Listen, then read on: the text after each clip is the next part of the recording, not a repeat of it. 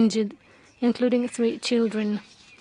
I would like to give some numbers that demonstrate this vicious acts of the people in Bankova Street, Belgorod region, July 10-11. As a result of the shelling by the Ukrainian armed forces, 2 women and a man were killed in the village of Novaya Volozhanka. 1 more civilian died from the drone attack on a car, July 13. Detonated drone killed 5 people in Shebekino.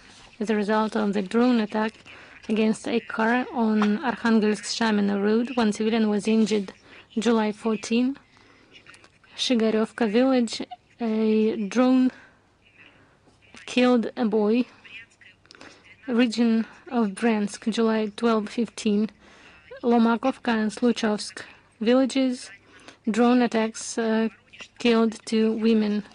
Voronezh region, on the morning of July 15, as a result of a massive attack by enemy drones, 1 civilian was killed, 21 people were injured, among them 4 children. 2 more people were injured in one of the districts of the region, Kursk region. We regret to report that on July 9th, during transportation to a hospital in Moscow, a 5-year-old boy, Toля Minashkin, died. He was injured on July 8th by an enemy drone. He was injured on a beach in Kursk. During the barbaric attack by the Ukrainian nationalists, he acted with remarkable bravery for his age, shielding his mother and suffering severe burns. The responsibility for the death of this little hero lies with the Western sponsors of Kiev, who continue to supply the Bandera regime with deadly and destructive weapons. They completely lost the desire to speak about the human rights. July 10, a 73 person died. In Kursk, 11 July, Sukhodol, another person was killed.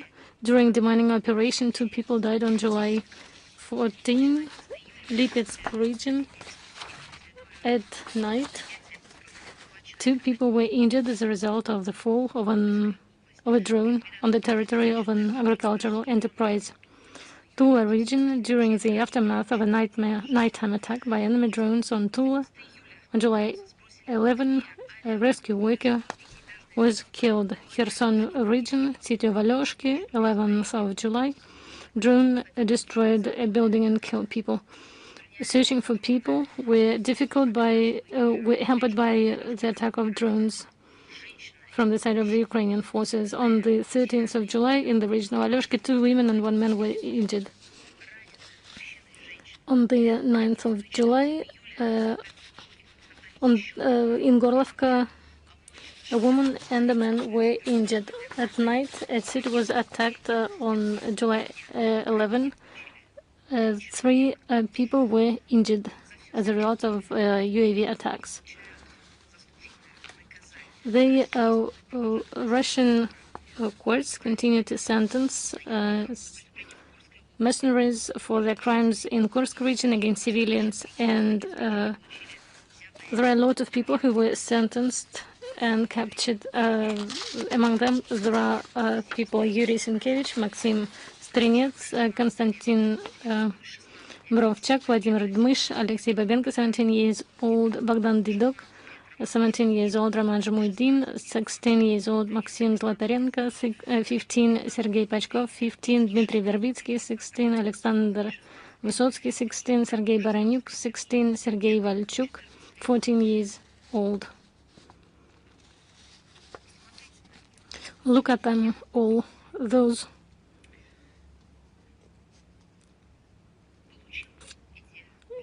who got these long sentences.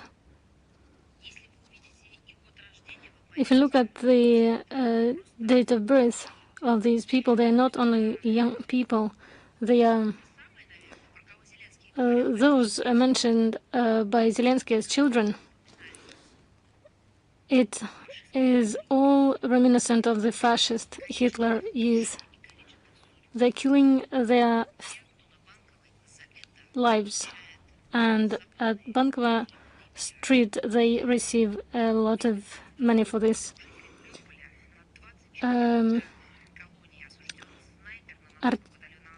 a sniper of the neo-Nazi battalion Azov was convicted for the murder in March 2022 of two residents of Mariupol for 24 years. The British mercenary Adam William was sentenced to 14 years of imprisonment in absentia. He was placed on the international wanted list. And with all that, Zelensky decided to mark this day and celebrate the day of baptism of Kiev Rus, Ukraine. It was celebrated on 15 July. I would like to remind you that it was established by Zelensky in the year 2021, and it was a day of baptism of Kiev Rus, Ukraine. What does it mean? What does this celebration mean? Why they changed the date? It was shifted from 28th of July, when the Orthodox world celebrates the baptism adopted in 1988 year. They wanted to kill the canonic church, and they do this consequently. And speaking on this matter, Zelensky didn't mention at all why they call this Kiev Rus Ukraine, but he spoke a lot about the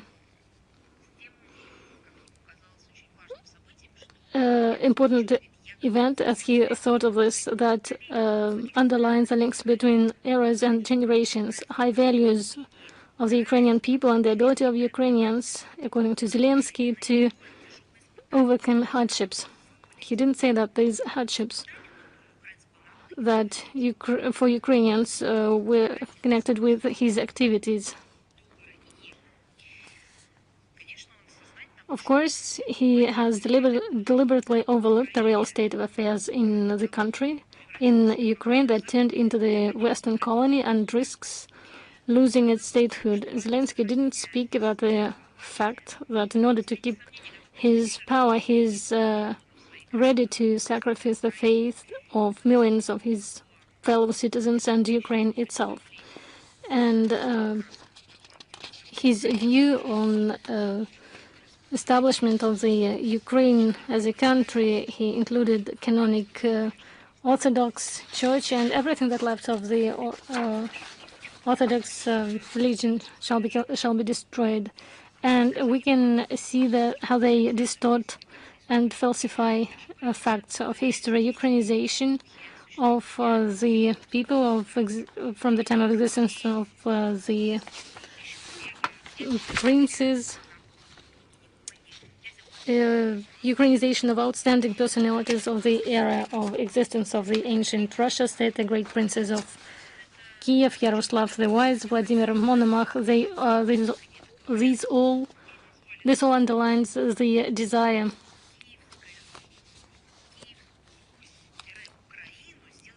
to create Kiev Rus and Ukraine, to turn it into the only heir of the Kiev Rus. There is no doubt that all this story of Zelensky will fail, and no matter how hard they try on the Vancouver street to substitute facts of history with their own version, they won't be able to succeed. And it can be seen by the empty temples taken away from the Orthodox Church throughout Ukraine. They can take away the walls, but they cannot take away the soul of the people. They do everything possible to impose on believers their own idea of holiday dates and how it shall be celebrated, if at all. But they will never get the results they need. They demonstrate their force. They do everything by force to deprive people of the freedom of conscience and statehood. We heard a lot that Ukraine is fighting for its sovereignty, and we need to help Ukraine with it in this week. Let us look at the facts. 35 years ago, on July 16, 1990, the Supreme Council of the USSR adopted the Declaration on State Sovereignty, according to which Ukraine, and I'm citing, solemnly declares its intention to become, in the future, a permanently neutral state that does not participate in military blocs, adheres to 3 non-nuclear principles: not to accept, not to produce, and not to acquire nuclear weapons. It also proclaimed the equality of citizens of the Republic, including on the basis of their language.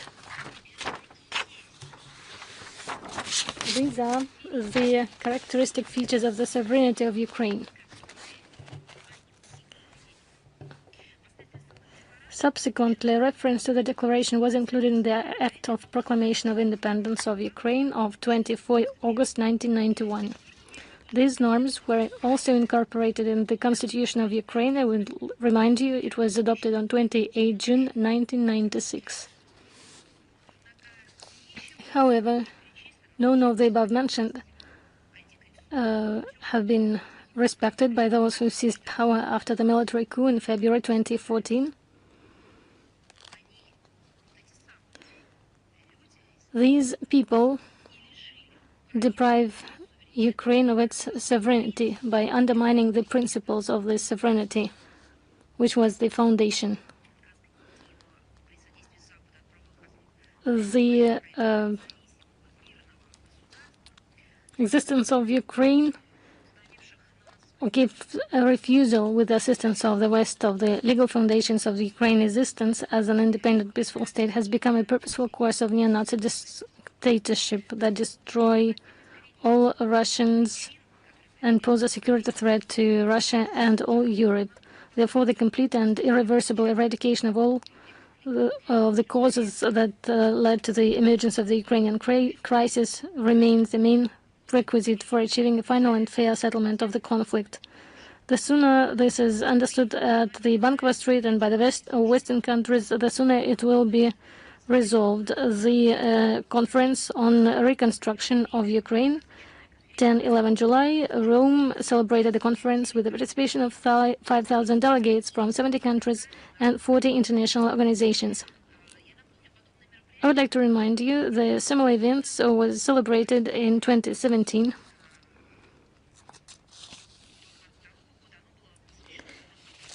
It was conducted from 2017 to 2022 on the issues of reformation of Ukraine. And for the 4th year, the main attention is focused on military assistance to Kiev regime. That is not to restore Ukraine, but to destroy it. The discussion on this issue, the tone of the discussion of this topic was set by the President of the European Commission, Ursula von der Leyen, who clearly stated the need to invest in Ukraine superiority in the military technical sphere. She made it clear that the Readiness 2030 plan to allocate 800 billion euros can be spent on Ukraine as well. She proposed to use the underutilized capacities of its military enterprises to ensure the defense capabilities, you would think, of Ukraine, but not the defense capabilities of the European Union. And she actively advertised military orders to place military orders of the Ukrainian, place them on the Ukrainian market for arms and military equipment, and by this increase the military capabilities of Europe. According to von der Leyen, this assistance to the regime of Zelensky will make it possible for NATO members to easily carry out the required regulations required by Washington to bring the defense expenditures to the level of 5% of its GDP. I think that if there were a hypocrisy competition, then this situation would win the competition and would take a special prize, because first they were saying that they needed to protect Ukraine, and then they stated that Ukraine is a fortress of some sort, and now they need to place military orders in Ukraine with the help of Ukrainians to get through Ukraine money to maintain, and not only to maintain, but to send them to Washington. As for the restoration of Ukraine, there were different numbers of costs for these purposes, but it wasn't an important thing. Ursula von der Leyen said another thing, and she said it literally. Now Ukraine is a way to pay Washington, who increased tariffs up to 5% of the GDP of the economies of Europe. Shmyhal, for example, mentioned a number of $1 trillion, from which $540 billion should be covered through by means of Russian assets, and the rest shall be covered by the European Union. The most pointless and meaningless speech at the conference was that of Zelensky. He used his insinuations about endless drone attacks of Russia, and with that excuse he was begging from allies new resources for strengthening systems of air defense, production of drones, interceptors and missiles. He called for a systematic and regular nature of aid to Kiev and proposed to turn it into a kind of post-war U.S. Marshall Plan for Western Europe. Just imagine, Europe openly says them at the Bankova Street that they will use them to pay Washington, and the Kiev continue asking for money. All this shows that this is a corruption scheme between Brussels and the Kiev regime. The West, with all its elites and political circles, and Bankova Street are all connected in this sense. He proposed to create a coalition for reconstruction, and called on partners not to be shy, and demanded them to give as much as possible to Ukraine, because Ukraine is now allegedly preparing for winter and spends its own money on it. Or what do they mean by their own money? Maybe Zelensky thought of his personal money, because there we can find not only for preparation for winter, but for several continents. Money for several continents to be prepared for winter. His pleas were not heard, and Ursula von der Leyen said that what they can use is a fund for the reconstruction of Ukraine, with the initial capital of about 200 million euros. The total amount of investments announced during the conference did not exceed 10 billion euros, because this is for the reconstruction. They spent a lot of billions for killing of people, not for reconstruction. For comparison, in 2024 in Berlin, it was possible to collect promises for 16 billion euros. A year earlier in London, 60 billion euros were announced. This is a sort of fear of untrue promises that they had in Rome. The result could not be different, because everybody understands that they are invited to contribute in their territory in Ukraine, which has rampant corruption and lawlessness.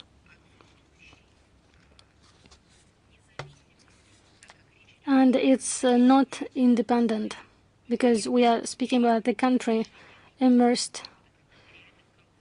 We are talking about a country which is a colony for the West.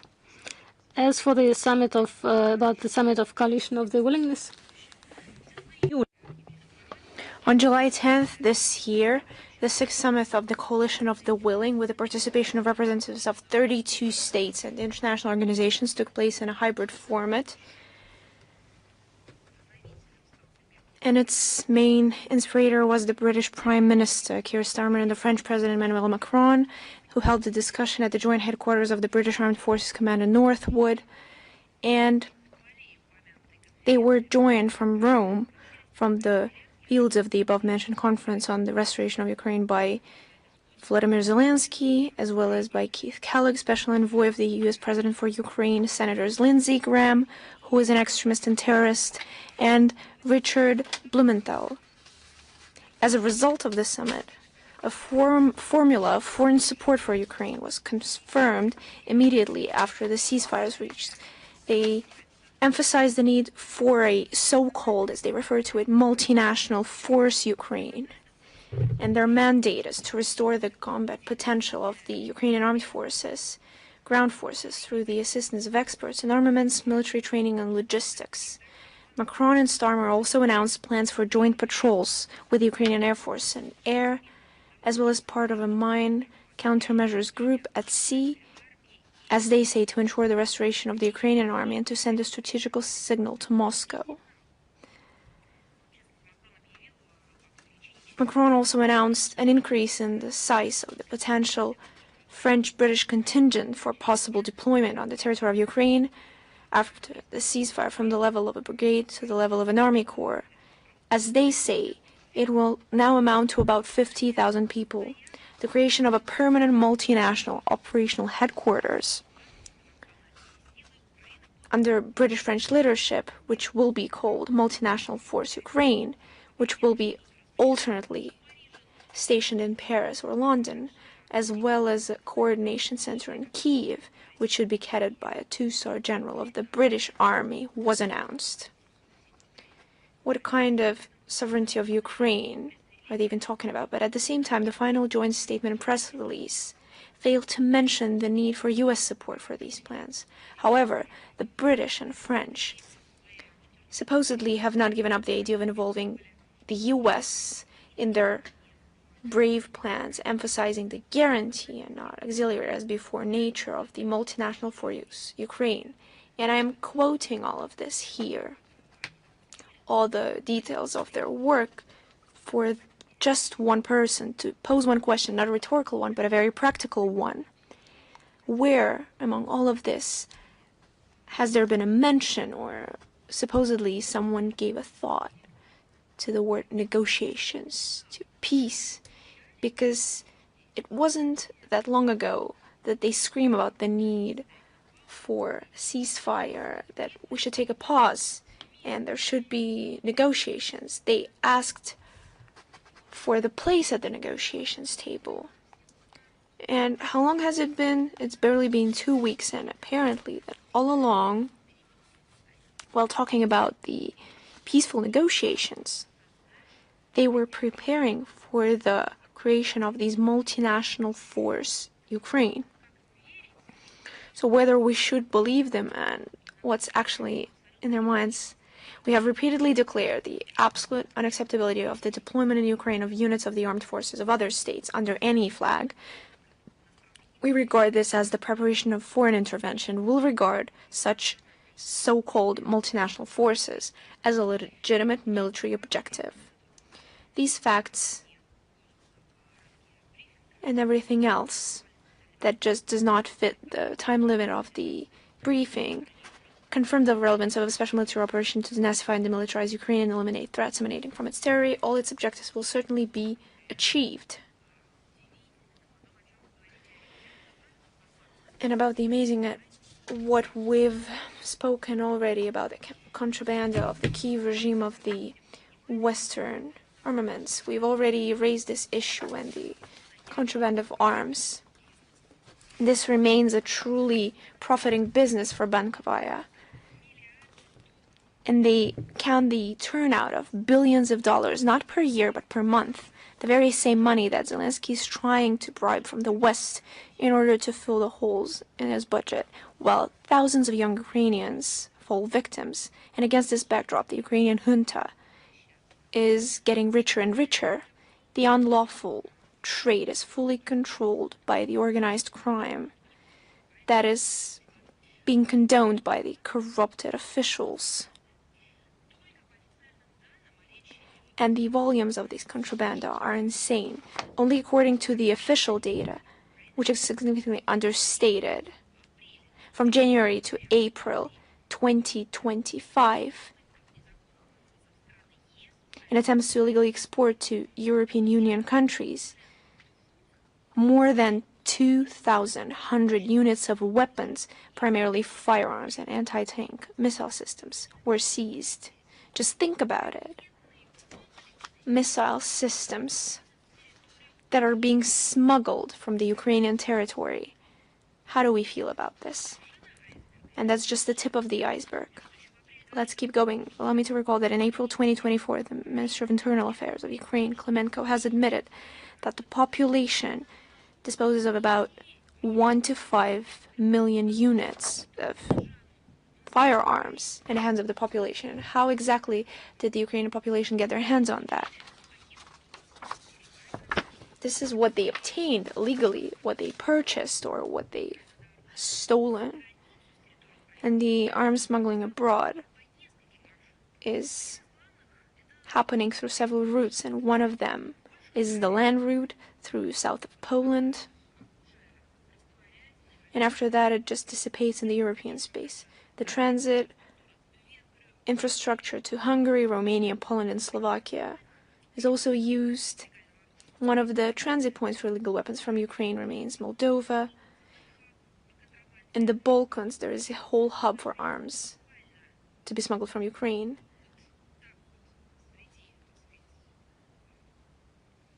And the smuggling is taking place not through some shady schemes online, but literally out in the open. A new transit point has been created in Finland.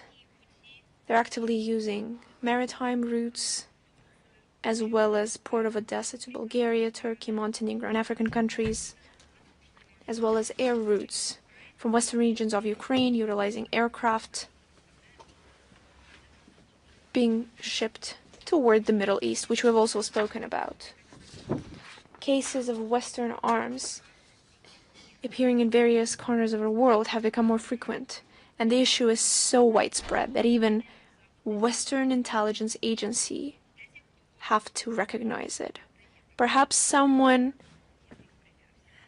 would like to say that there's no way. I would like to give you an example. On May 17 this year, during operational investigative activities conducted by Interpol in the main port of Montenegro, a significant shipment of German firearms was discovered, totaling, do you know how much? 20,000, 50,000 euros? No. 30 million euros. Can you imagine? Firearms worth so much money. At the end of May this year, the U.S. Department of Defense began investigating cases of the terrorist organization Islamic State of Iraq and Levant, using Western-made weapons, as well as identifying the supply routes for military goods. Turned out that this weaponry had been obtained from Ukraine during the special operation conducted by the U.S. Armed Forces. American-made M141 hand grenades and M72 RPGs, as well as Javelin anti-tank missile systems supplied to the Ukrainian armed forces as part of the Western military aid from Poland were seized. Currently, the American military is investigating the use of weapons from Ukraine in the ongoing conflict. Where? In Sudan. Smuggled Western weapons from Ukraine are already being used by criminal groups in Western Europe, specifically in France, Britain, and Germany. There are recorded cases of firearms used with the Ukrainian trades during anti-government demonstrations in France and Germany over 2023-2024. Not to mention that terrorists could also exploit this weaponry for their criminal purposes. And, of course, the sponsors of the Bandera regime in Kiev should give a thought that the arms that they're supplying to Ukraine could be used against them far away from Ukraine, especially in the context of the ongoing debate about continuing Western military aid to the gang of Zelensky. These issues should be touched upon. It is vital for taxpayers in Western countries to understand that, at the behest of their own elites, they're not only financing the continuation of bloodshed in Ukraine, but they're also planting a time bomb in their own home. But there is no doubt that this mine will go off. The thriving corruption at the top of the Kiev junta, combined with the principle that there is no bad mean for war. fully excludes any kind of control on using this military aid by the West. And perhaps in the future, it could appear for someone who would like to destabilize the situation. And of course, there was a great statement on July 9th, the president of Poland, whose mandate is running out of time. He gave an extensive commentary to the telecompany RMF24 that he's willing to believe the words of Zelensky, who knew nothing about the Volynsk bloodshed, because supposedly those lessons were not taught in the Soviet school, but just a little bit of advice to the Polish president and to others that perhaps they could talk about something else with Zelensky, about math or literature, and they would understand that maths or literature were not taught in that school, or supposedly he did not learn those lessons. We've already published the extensive commentary on our website under the anti-fake title. It's hard to say exactly what Zelensky has learned at school, but the facts are clear. He started following the ideas of Nazism. And unlike him, we very well understand Volynsk bloodshed, and we can recall the facts. This is the murder of Ukrainian nationalists in 1943, 1944 in the west of Ukraine. About hundreds of thousands of civilian Soviet citizens. More of them were Poles, but also Russians, Belarus, Jews, and representatives of other nations of Soviet Union, as well as Ukrainians. And victims of those tragedy should not be divided based on the ethnical principles. All of them are citizens of the USSR who fell at the hands of Hitler's helpers, who were targeting representatives of a special nationality. And this hateful ideology is now followed by the current Ukrainian leaderships. Are they really Ukrainian? They're more of paper dolls. And Polish elites, including the president, Duda, over many years did nothing to prevent the growth of nationalist moods in Ukraine, fully betraying the memory of their own ancestors who were killed by Banderites in the years of war. And Warsaw was blindly following the path of the collective West, fully forgetting their own history or trying to use it in their manipulation, where they remember it when it helps them. And today's Nazis in Ukraine was raised by the West with its Russophobic ideology, who came to power in 2014 after the coup d'etat, and the Polish leadership took part in it.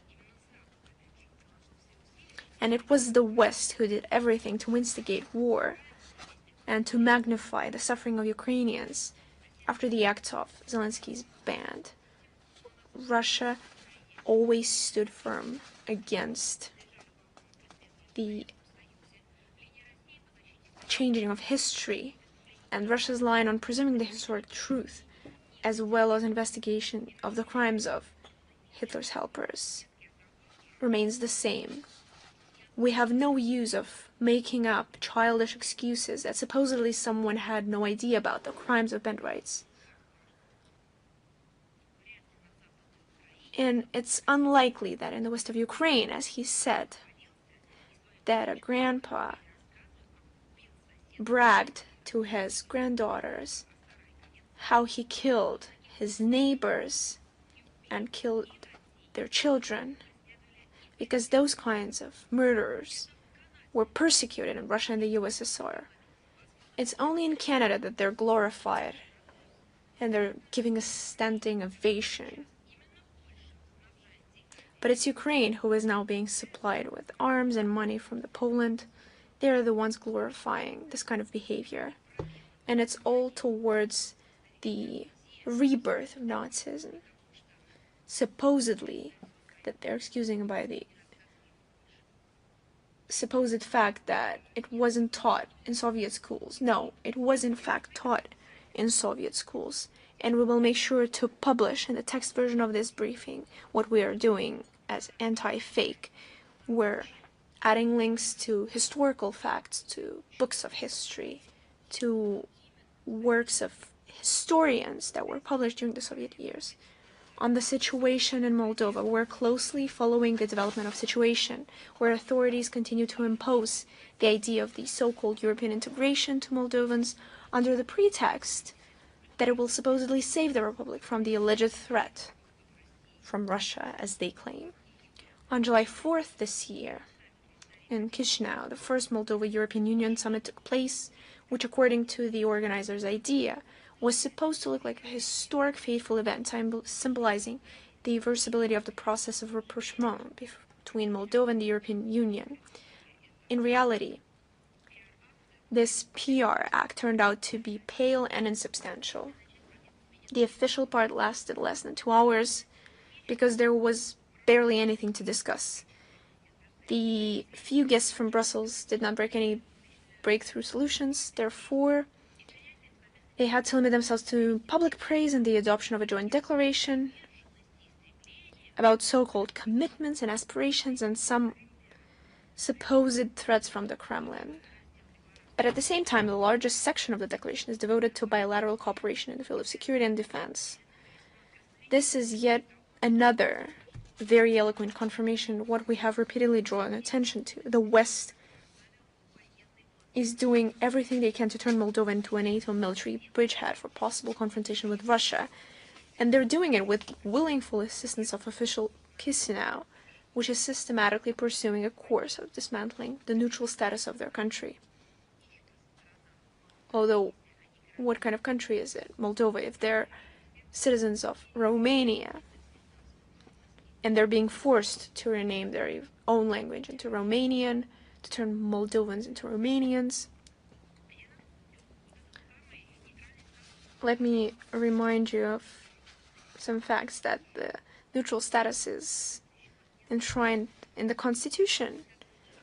On July 10th this year, the Moldovan Parliament ratified the intergovernmental agreement with Germany on the program of assistance in equipping foreign armed forces and secondment of the Bundeswehr Advisory Group to the Republic, signed by the heads of the defense departments of the two countries in May. How exactly will this contribute to any kind of success in education, to European integration of Moldova in the European Union, which Chisinau is advertising to their citizens, because European Union is first and foremost economy. So, all of which I've mentioned, all these agreements between the defense ministries of two countries, how exactly will they contribute to the economic development? They will not. It's nothing but lies. On July 11 this year, it was announced that Denmark will allocate about $8 million over 4 years to once again strengthen Moldova's defense capacity.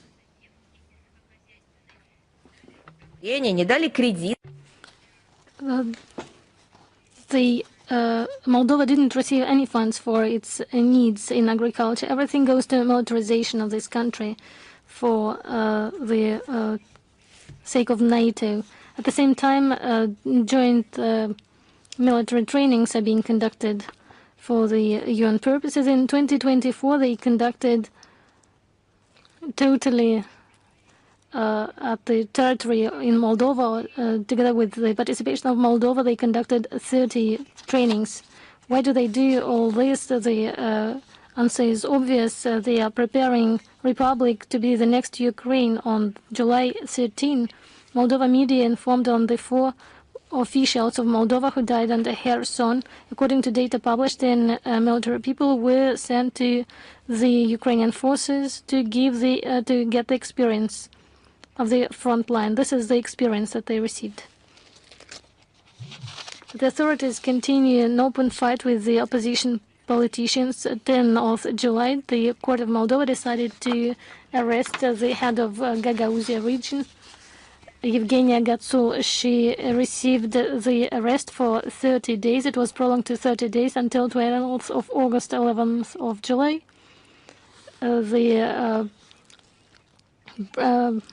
Office of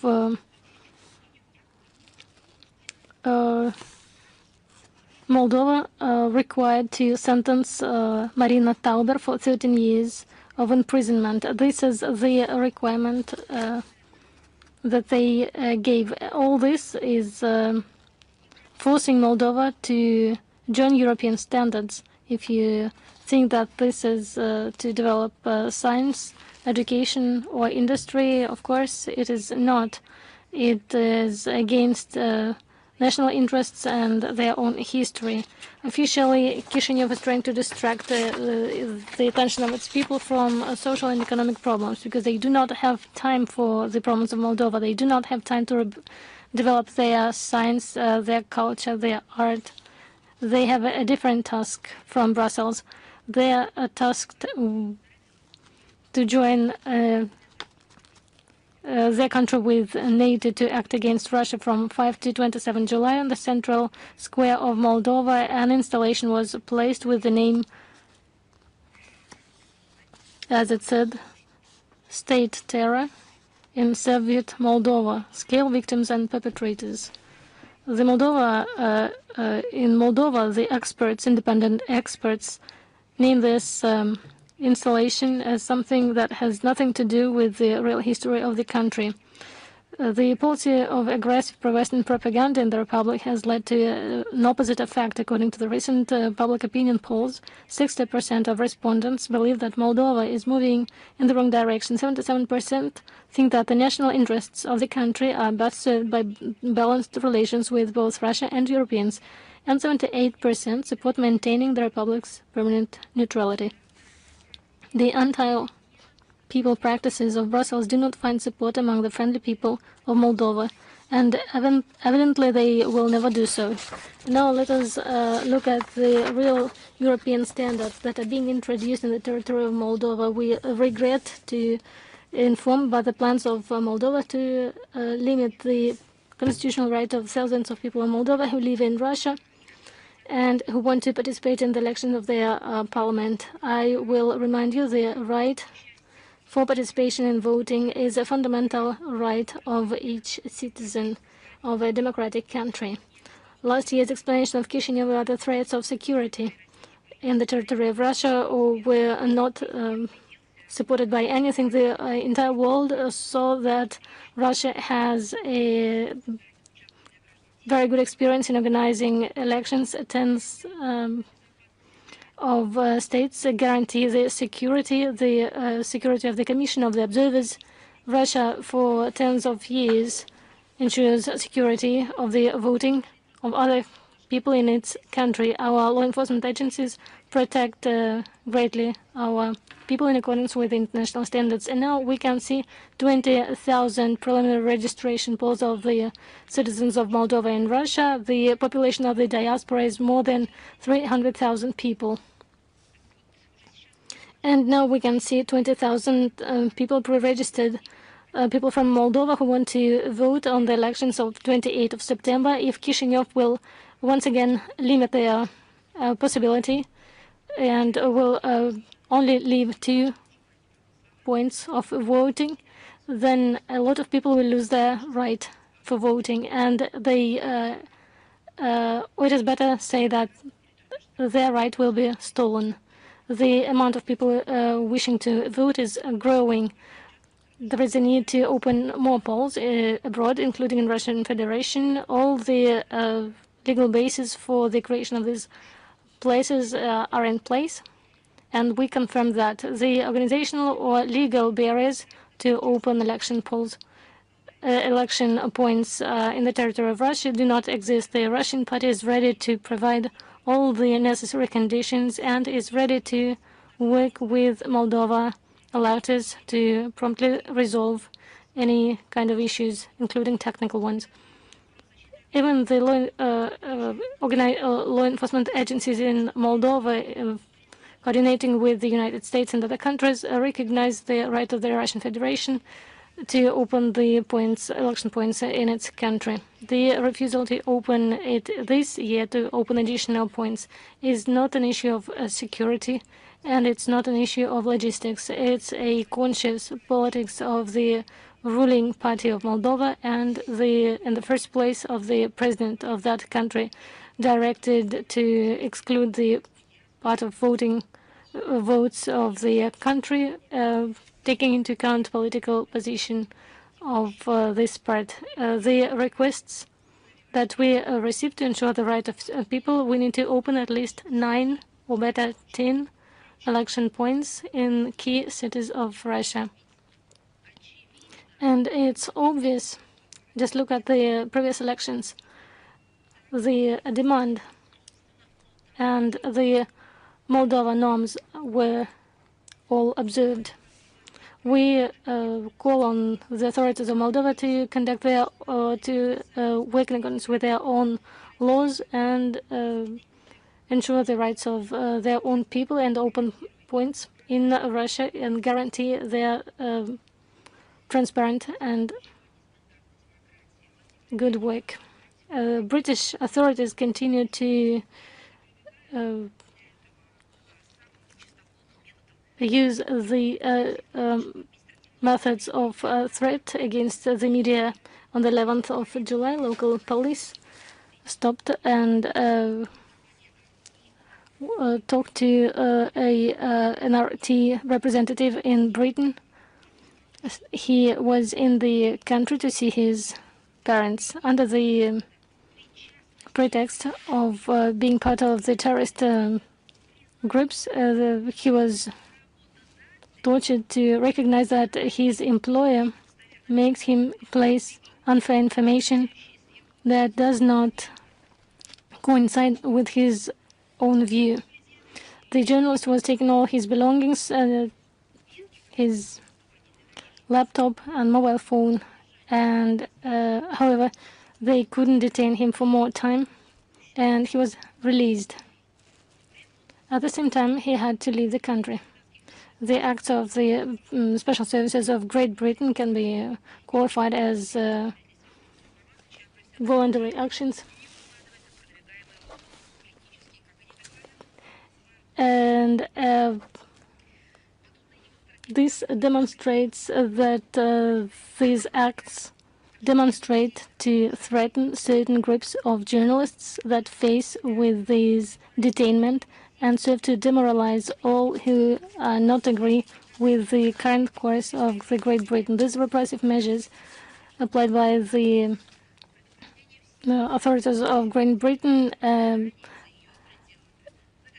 used not only in Great Britain but abroad. This incident is a testimony of the transition of Ukrainian policy state with the regime of zero tolerance to alternative points of view and total censorship. Important tragic celebration, 11th of July, 30 years to the terrible events in Srebrenica that happened in Bosnia and Herzegovina from a conflict in 1990 to 1995. We are convinced of the importance of honoring the memory of all innocent victims of that conflict, taking into account the particular sensitivity of this issue for the people living in Bosnia and Herzegovina and neighboring countries, as has been repeatedly stated on various platforms. We consider the approach of certain political and clerical circles supported by the collective West to entrench a biased, one-sided and dangerous interpretation of the 1995 events to be counterproductive and harmful to the processes of reconciliation. We consider that these attempts to demonize the Serbian people are unacceptable. In this context, the establishment of July 11 as an International Day of Remembrance for the genocide in Srebrenica, endorsed by an overtly anti-Serbian resolution of the UN General Assembly, caused regret and concern. This is yet another irresponsible attempt by forces interested in aggressively pursuing their geopolitical goals to exacerbate existing disagreements and increase the conflict potential in the regime. We reiterate that Russia consistently advocates for an objective investigation of unlawful acts committed in the Balkans against all ethnic groups, including Bosniaks, Serbs, and Croats, to ensure that the guilty, regardless of their national or religious affiliation, receive deserved punishment. And a good date. 50 years ago, on 15 July 1975, the entire world was watching, and it was really so, the entire world was watching the flight of Soyuz Apollo. The historic handshake at the orbit was the demonstration that despite all the differences in politics, the desire to cooperate in space can lead to real breakthrough results. The foundations of interaction laid by Soyuz and Apollo were reflected in other major, now multinational projects. The International Space Station, for example, which has been successfully operating for over a quarter of a century. Russia, as a pioneer in space exploration, continues the proud traditions of its space industry and is committed to constructive engagement with all stakeholders in space activities. We thus create a good basis for equal and mutual beneficial cooperation without artificial separation, creation of alliances, or one-sided unilateral standards. A key prerequisite for implementing such international projects is the preservation of space for peaceful purposes. Russia consistently advocates for the prevention of an arms race in outer space and the prevention of its transformation into a sphere of unconfrontation. In this context, it is vital to unite international efforts, to unite negotiations for the development of an international legally binding instrument prohibiting the placement of any type of weapons in space, to create a document, legally binding document to prohibit this race to place any type of weapons, to use force, threat of force against space objects or through them. We consider that the basis for this instrument were presented on the conference on disarmament. It was a Russian-Chinese project of the specialized agreement and the report of the group of government experts on this format. A great contribution to create favorable conditions for cooperation in space was seen by the initiative launched by Russia. It was an international initiative or political commitment to not be the first to place weapons in space. The participants of this agreement are 37 countries. The demonstration of the film, the power of attraction, was shown recently. The junction of two spaceships in Spain was shown in this film. I'm not going to go into details. You can, and I strongly recommend you to do so, to see this film on Thursday at 12 o'clock at midnight, on the first channel in Russia. Yesterday, at the inauguration of the film, the representatives were present, including the heroes 2 times Vladimir Dzinibekov. The film is based on the memories and the personal interviews of to those cosmonauts who unfortunately are not with us anymore, and those who made this handshake. On the 8th of July, in the Republic of Serbia, an inauguration of the memorial to Churkin took place. A Russian diplomat, permanent representative of the Russian Federation at the United Nations from 2006 to 2017. The bust was installed by the orders of the leadership of the Republic of Serbia in recognition of the gratitude of the Serb people in Bosnia and Herzegovina for the Russian veto in the UN Security Council in 2015 against the British resolution aimed at imposing collective responsibility for war crimes during the Bosnian conflict that we just discussed. And the West wanted to impose a responsibility on Bosnian Serbs solely. The event was timed with the 10th anniversary of Russia's vote in the Security Council, and was attended by the wife, not widow, but wife of Mr. Turkin, representatives of Serbia and Bosnia, and Republican authorities. Sergei Lavrov gave a welcoming address, and it was widely covered by local and international media. We perceive this event as a tribute to the long-standing efforts of Turkey in support of international law and protection of the constitutional powers of the two entities and the three state-forming peoples in Bosnia and Herzegovina. And we also see this as a real and sincere love to this person. 30 years of Dayton Peace Agreement, which was largely made possible by Vitaly Ivanovich's contribution. This is a symbolic and very dear initiative to us that reflects a unified approach with the people of the Republic of Serbia in advancing a positive agenda fostering truth, trust, peace, and stability in Bosnia and Herzegovina and in the entire region. We express our gratitude to the creator of the concept and sponsor of the monumental project, academician of the Russian Academy of Arts, Aydin Zeynalov. 16 July 1945, in New Mexico, the Americans conducted, as you remember, the first test of the nuclear weapon, which meant the transition of atom to the military rails. The United wanted to get a new type of weapon to ensure their hegemony and dictate to other people their rules, and that is why they decided to choose the date of opening of the Potsdam Conference, where the American President Truman tried to use this fact to create pressure on Russia. However, this was not enough for the U.S. leadership. On August 6 to 9 of the same 1945, the Japanese cities of Hiroshima and Nagasaki were subject to nuclear bombings. The use of nuclear weapons against civilian population was senseless from a military standpoint and effectively represented a cruel means of testing a new type of weapon in real conditions. Thus, we note this date, and we state that the responsibility for the militarization of atomic energy lies entirely with the United States. And what is being discussed today, we mentioned this repeatedly, 17th of July,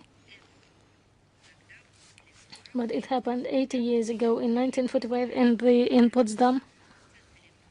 In Zetzelenhof, the conference started to work of three states, the USSR, USA, and Great Britain. Potsdam Conference was a concluding event in a series of meetings again among the big three leaders and had decisive political significance for the fate of post-war Europe and the world. The allies of the anti-coalition aimed to prevent a recurrence of aggression from Germany, establish peace and security on the European continent, and ensure the determination of fair post-war borders, reuniting independence, sovereignty to the oppressed countries and peoples, granting them the right to determine their own future. To achieve these objectives, an agreement was reached on the basic principles of the activities of the Allied Control Council in Germany, which served as the supreme governing body of the victorious powers, overseeing the exercise of supreme authority in Germany by representatives from the USSR, the USA, the United Kingdom, and France. Based on the decisions of the Yalta Conference and proposals prepared by the European Advisory Commission, fundamental approaches regarding Germany were agreed upon, which included denazification, demilitarization, democratization, and decentralization, along with the complete disarmament of the country in the dissolution of its armed forces, including the SS, SD, and Gestapo. According to the resolution, which was adopted by the Allied forces back at the Moscow Conference in 1943, a decision was made to legally persecute the main German criminals by the International Military Tribunal.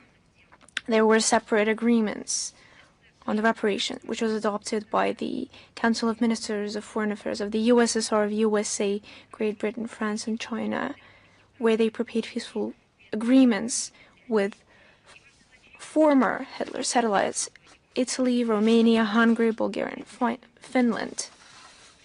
And it was especially important for them to settle the territorial issues. They decided upon the new Polish-German border and Königsberg, which is since 1946 Kaliningrad, which was handed over to Soviet Union, and the Soviet leadership has confirmed its obligations on participating in war against Japan. Potsdam Conference was a clear example of constructive cooperation between great powers, which helped defeat fascism and could guarantee post-war peace and security. It demonstrated the ability to peacefully settle different issues through negotiations, despite ideological differences, and agreements reached by the leaderships of three powers were enshrined in the protocol of the conference on August 1st, 1945, and on July 17th this year, within the series of history of Russian diplomacy, at the initiative of the Russian Foreign Ministry. They want to use the new sign of post-payment dedicated to the 80th anniversary of the Berlin Potsdam Conference of 1945. And we also have an announce, as you know, since 2019, we have a festival, Strong Figures, and as you know, it's quite a reputable platform for humanitarian cooperation through sport, and different state representatives, Olympic champions, employees of diplomatic missions participate in it. And the main purpose of the festival is the development of international cooperation in different areas of sport. In 2024, the event was attended by representatives of 32 friendly states, including military attachés from 23 countries. In 2025, there will be quite a few significant events. Quite soon, on July 19th in Moscow region, in the Moscow Country Club, there will be a golf tournament between Russia and the international team. We already have a confirmed participation of 15 friendly states, including India, Indonesia, South Africa, Vietnam, Bangladesh, Morocco, Ghana, Uzbekistan, and others. There will also be a roundtable on issues of international sport cooperation. And on September 19th, there will be an international chess tournament among diplomatic employees in the Chess Museum on Gogolevsky Boulevard. And in November, there will be a tag rugby with the participation of foreign teams that will be covered by media. Now I'm ready to answer your question. Is the International Life magazine with us? Good afternoon, Madam Zakharova. Despite the well-known social and economical issues in the EU member states, including the growing state debt, the European Commission is following the line of massive financial support to Kiev. And this was, among other things, discussed during the conference in Rome that you've mentioned. And yet Brussels is turning a blind eye to the rampant level of corruption in this country. So according to you, which is really the main purpose of the European Union, you see, I've already commented on all this money that is being sent from one pocket to another, along with shaking the money from different sources. Let me recall that from July 8th to 9th, Italian capital hosted a conference on restoration of Ukraine, which just showed new billion financial obligations of the European Union toward the Kiev regime, according to the head of European Commissioner Ursula von der Leyen. Brussels is ready to cover about 84% of demands of Ukraine on foreign financing and is ready to continue helping them in the upcoming years. They also do not limit out the option where in 2028-2034 there will be new targeted financing for Kiev amounting to 100 billion euros. Where is this altruism coming from? I believe that you're well aware where to seek an answer to that question, you have to find who's reaping benefits from it.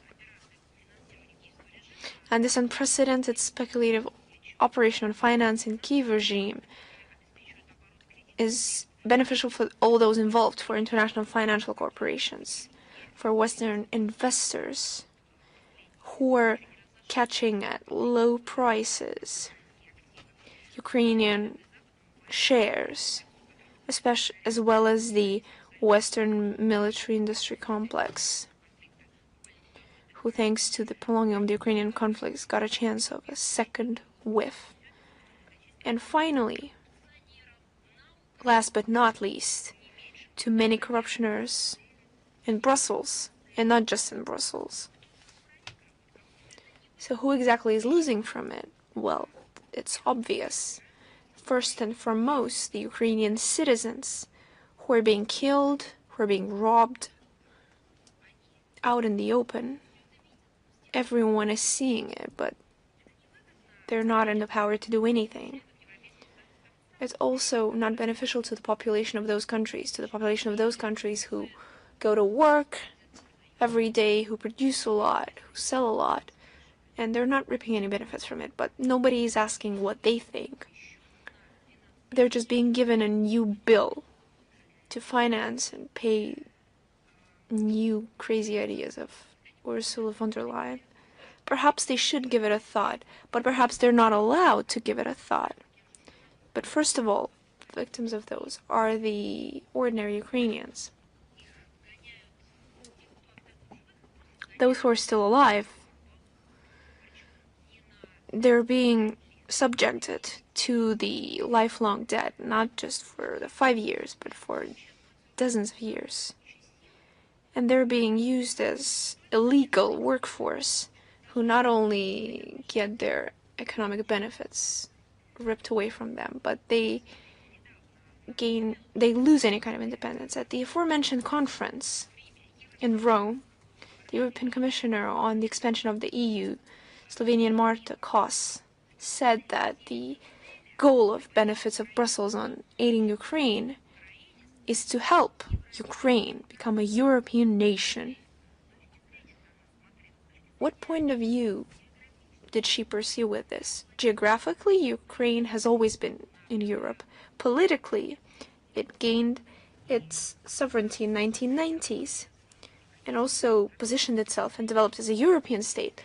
Culturally, religiously, it was inextricably linked with the European civilization. So under the guise of assistance to Ukraine, of helping Ukraine become a European nation, they're actually trying to strip its identity from Ukraine. In other words, in order for Ukraine to pay all its debts to the European Union, they not only will have to lose their last bits of clothing, but they will also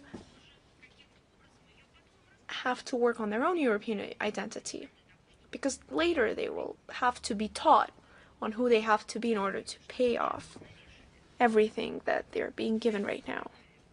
I believe that's what they're trying to do here. Thank you very much. And another question, if you allow. Last Saturday, on July 12th, heads of the working group on coordinating the aid of Ukraine under the Ministry of Defense of Germany, Christian Freuding, stated that the Ukrainian armed forces could, before the end of July, get first long-range systems within the packet of German-Ukrainian military cooperation.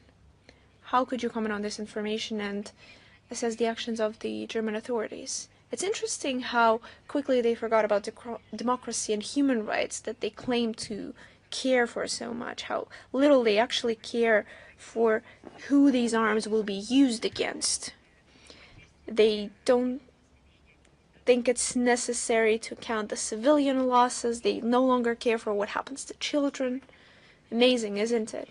We've already stated and mentioned how the efforts of the official Berlin are trying to hide their willing to participate in perpetrating strikes in Russia by doing it through Ukrainians, by shifting the blame to them. And the defeat of fascists in 1945 has, as it seems, escaped their minds.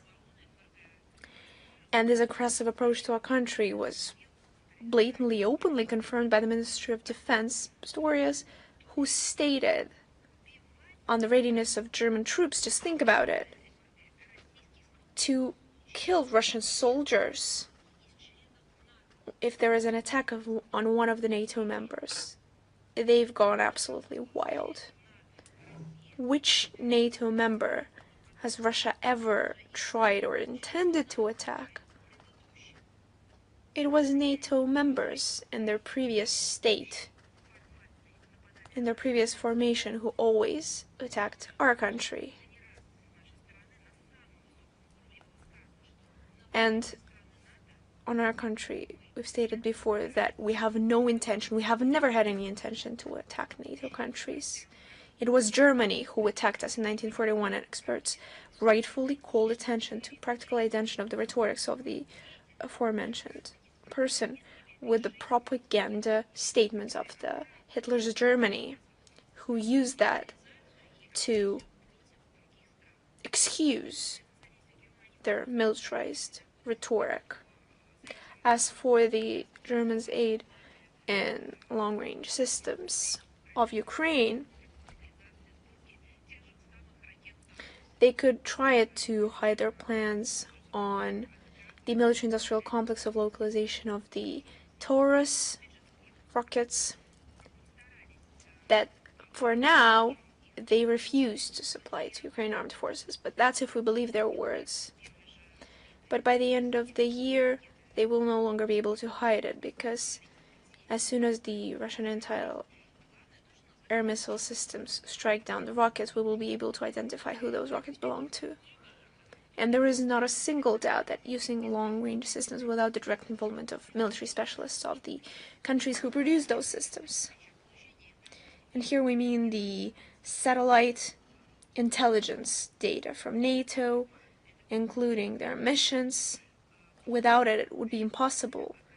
So the military officials of Germany would be directly involved in planning and perpetrating attacks against Russia when the aforementioned Tauruses and their modifications are used. In November 2024, if you remember, the President of Russia, Vladimir Putin, clearly stated our position on the decision of the Western states to greenlight Kiev on using the long-range strikes on the territory of Russia. This position has not changed. We believe we have the right to use our arms against the military objects of those countries who dare to use their arms against Russia. In the case of further escalation of the conflict, we will respond decisively in a mirror-like fashion. Thank you very much. Thank you. Is the Zvezda channel with us? Yes. Good afternoon, Madam Zakharova. We would like to get your opinion. What is the ministry's position on the offer of the Lvov's mayor to exchange the bodies of dead Russian soldiers for the bodies of the Ukrainian armed forces? I will not quote the full statement that's been made. The mayor of Lvov said that, Mr. Sadavoy. I will add the full quote in the text version of the briefing, but you have stated it. I would like to talk about something else. What is the Hall of Fame that they're trying to exhumate? It's not just the burial site of Soviet soldiers who participated in the liberation of Lvov in 1944. It is also the burial sites of more than 25,000 militants during the First World War, and later died from wounds in battlefield. I would like to remind the mayor of Lvov that at the opening of that memorial in 1915, more than 15,000 residents of Lvov came to witness it. I wonder how many residents came to see the barbaric actions perpetrated by the authorities. Actually, they should come and see what it has turned into. The acts committed by the Kiev regime in Lvov, it's not just barbaric. These are crimes against humanity. It's the final stage of moral degradation of the Nazi regime, who is now paying with the bones of those who liberated Ukraine from the fascists. And the fact that he proposed to include the remains of 350,000 liberators, including Mr. Kuznetsov and Mr. Putin. It's not just policy, it's not just politics. It's simply inhumane, or it's the dirtiest possible manner of working. What's next? They will open up the graves based on the nationality. They will dig out bones and put them in different piles, proposing to take them away because the last names have "ov" at the end of them. What's next? Lvov's authorities cynically state on the observations of the specialists, but facts tell a different story. The remains were removed with excavators. Their remains, their ashes, were mixed with dirt. They left the burial sites in ruins. The eternal flame was sent to the museum of the territory of terror. So they're basically saying that Soviet liberators are the same as Nazis.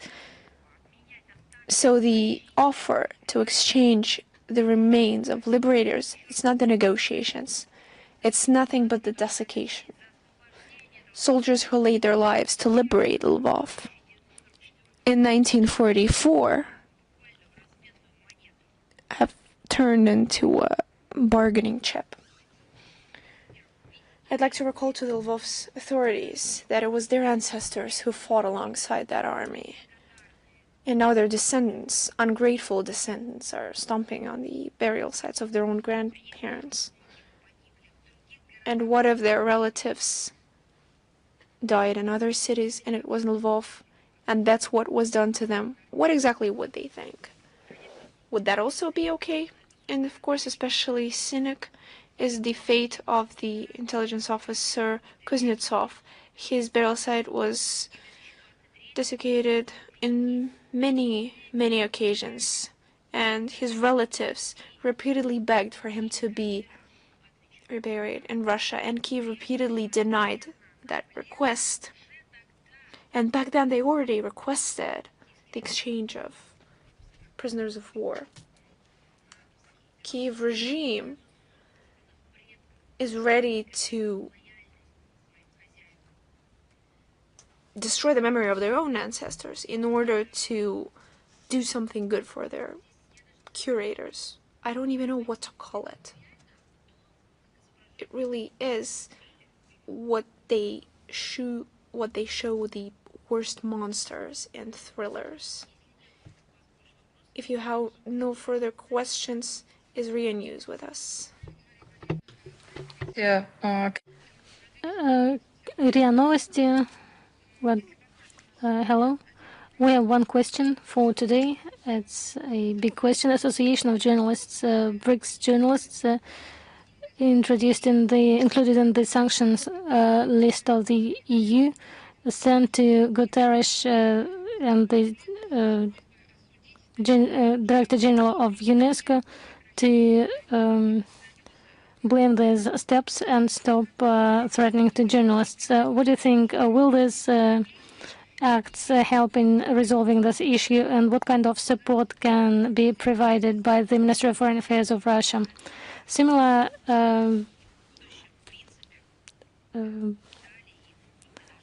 reports have become an important формирование институтов, я имею в виду международных структур. Similar requests have been quite often about the facts of violation of the professional rights of the workers in the media area. And there is only one condition. These international structures should act in an unbiased manner. And once receiving the signal from the non-governmental structures, they could have a clear picture, but they have their own picture, and they should use these data and assist the journalists. However, what they do now is that they pretend that it's not in their competence and that they do not have the information. This is not the first open letter to the Association of Authorities, as Azule, Director General of UNESCO, in this year, the similar letter was sent to protect the journalists from Ukrainian forces. You know well that Azule is not responding to similar requests. It doesn't matter if the request goes from the governmental or non-governmental structures, and no actions are taken, even though it's her mandate, her work, her responsibilities. There should be a certain structure to receive the information, even though they say that they rely on the data from governmental or non-governmental structures. And in this case, if they have a non-governmental, an information from non-governmental structure, they do not use it either. As for the European Union, the reaction followed. In July, they applied their illegal, immoral sanctions against the Association of Journalists, and we responded that Brussels openly, shamelessly tries to suppress the voices of those who show lack of legality and real facts, and those who should have acted immediately, give a qualified reaction to similar actions, show that it goes against the international rights and violates the rights of journalists. They keep silence. Sometimes they give replies that do not mean anything, but mostly they just ignore. In the leadership of these international organizations, they respond rapidly and eagerly to the information received from non-governmental organizations, received from the West. And for this, they do not need time to check the facts or any other efforts to analyze the information. They rely immediately on the data of the West in their discourses. And everything, what they say is anti-Russian. They just do not take into account the information that is not in accordance with the main information from the West, the information on freedom of expression connected with the principles of the equality of the approaches.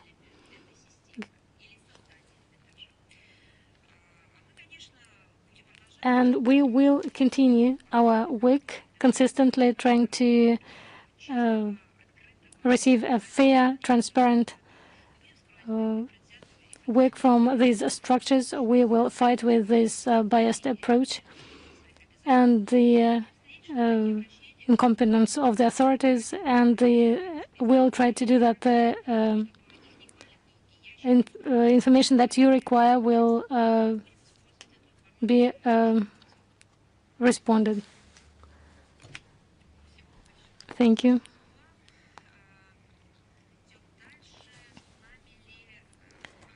Do we have after E with us? Yes. Hello, Yaroslav Kondratov. Recently, the president of the European Council and the head of European Commission, Ursula von der Leyen, said that they are ready, that the EU is ready to invest in Armenia at least 2.5 billion euros, as they said, for stability and inclusion of it in the regional and economic initiatives. we could say that it's nonsense. Could you comment on that? Probably here they're talking about the money that Brussels promised in multiple occasions. You're talking about Armenia, right? So they promised this money to Yerevan, to the people of Yerevan, and how they apply this promises. We should ask Yerevan if they received this money. We are not going to look into their pocket. This is about their relations with the European institutes. But I think that even in today's briefing, it's obvious that this is something usual, that the European Commission, that NATO promise something generously, and then under the pretext of financial problems, control the processes receiving benefits only for themselves. Also, they take into they sum up and take the total amount of the resources that they allocate more than once, and even in this case they find themselves in a difficult situation when they cannot resolve what they started.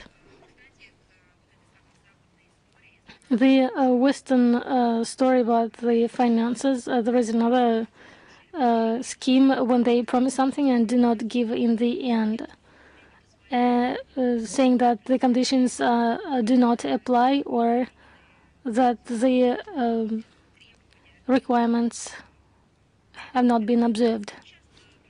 This is something that Brussels does often, and the European Union tries to stimulate the interest of its foreign partners to receive the funds from the EU.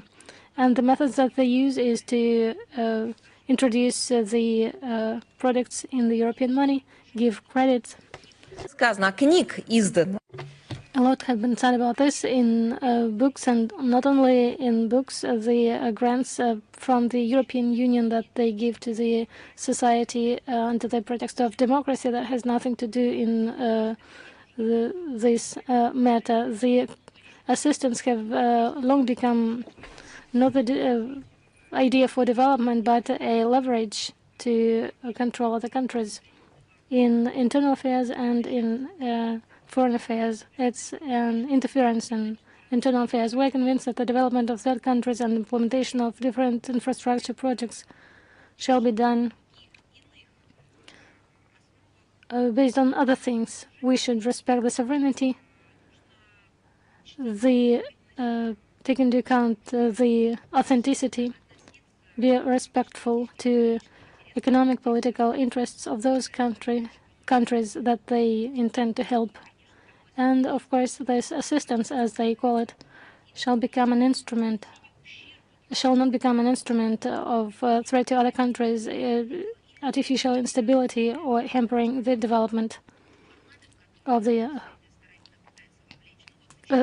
other countries. Formats that they try to employ in Yerevan, for example, using the Black Sea strategy, is aimed at these very facts that I enumerated. Thank you very much. Thank you. Open TV, are you with us? Yes, Afanasy Yerinos, Open TV.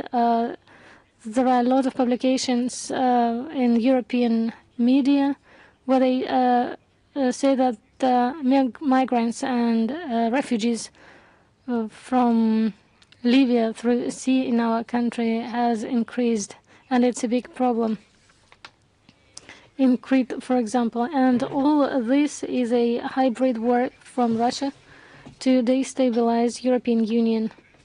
And for this, Russian militaries are used that remained in Libya or worked there. The military campaigns existing or that existed in Czechia, in Germany. I would like to hear your opinion, your comments, and if you have understanding of what is planned, what Russia plans, and what do they do in Libya. I have a question to specify. Do they say in these publications that Russia killed Gaddafi? Of course, now we all know who killed Gaddafi. You know this because, first, you are an educated person, and secondly, you are an independent journalist, and third, you are a test. You saw with your own eyes the events. I would like to assure you that the younger generation of 20-something years, they do not know that they can be told any story.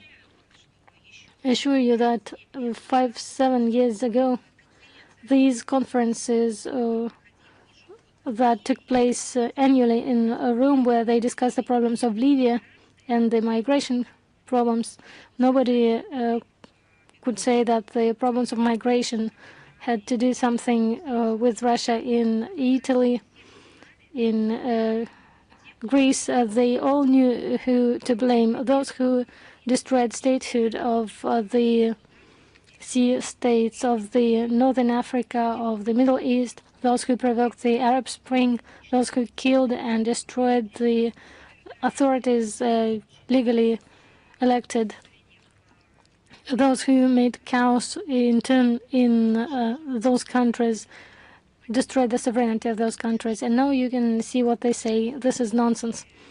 We really saw as the media publish such things.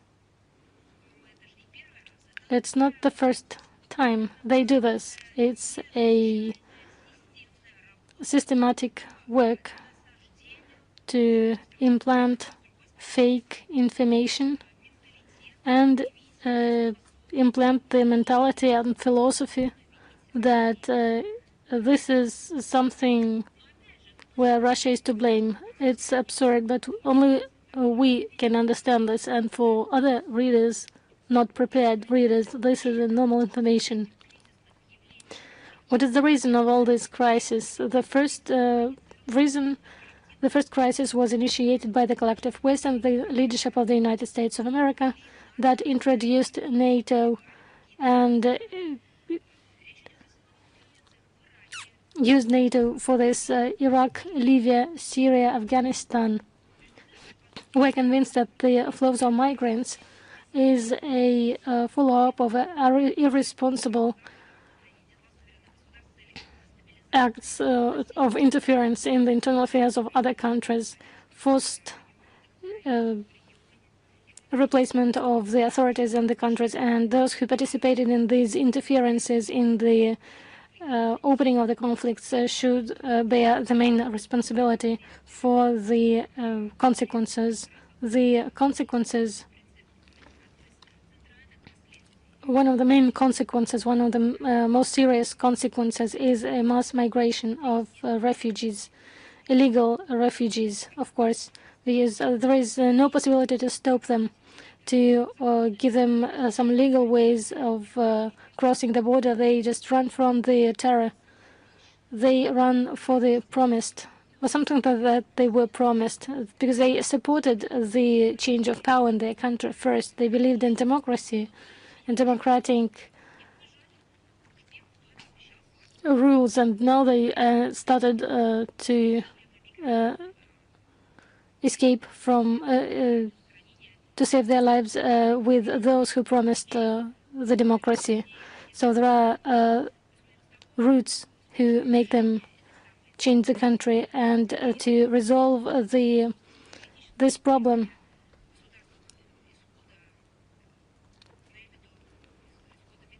to stop the migration, we need to find the root cause, not to find some hidden hybrid operations. We need to help social and economic development, state building, fight with terrorism in those states where the West conducted these experiments. Direct or indirect, Russia is supporting the activization and coordination of efforts of the international community to find political solution of the ongoing conflicts in the Middle East, in the north of Africa. It is necessary to develop multilateral cooperation at the central coordination role of the United Nations for effective resolution of problems related to mass movement of migrants and refugees. We need to see the root causes and be fair, speak fairly on them, not to invent information and information campaign to blame Russia in something that in some other crimes. If there is no questions, we can go on. Известия, are you with us? Hello, Maria Vladimirovna. Известия on Приднестровской Молдавской Республики. On Moldova Republic, Andrei Safonov. NATO developed plan of attacking the republic. However, according to him, the West won't implement this plan because the West has another scenario to encircle and make them Есть ли у России планы по поддержке Приднестровья? give up. Does Russia have plans to improve the situation in Transnistria or to do something with the threat from the NATO? The word that you cited of the Transnistria deputy person, it was a information of the services of Russia, and we mentioned in multiple occasions the forced militarization of Moldova, what NATO does, playing the central role in these actions. We want to believe that. I would like to underline, we want to believe the settlement by peaceful means in Chisinau, but the facts show a different reality. They show growing of the possibility for forced resolution of the Transnistria problem. At the same time, there is a course on economic strangulation that is obvious in the process of Transnistria settlement. It is necessary to ensure peace and security, and this is what the Russian peacekeepers do in the region. And soon we are celebrating the next anniversary of their entry in the region for the peaceful purposes. In Moscow, we are following closely the situation around Transnistria, and we are ready to react to any, including the most unfavorable situation. I would like to give a full reference when you cite it to see the links. Thank you very much. Is Ukraine.ru with us? Yes, good afternoon, Madam Zakharova, Anna Cherkasova, Ukraine.ru. If you allow, I have two questions.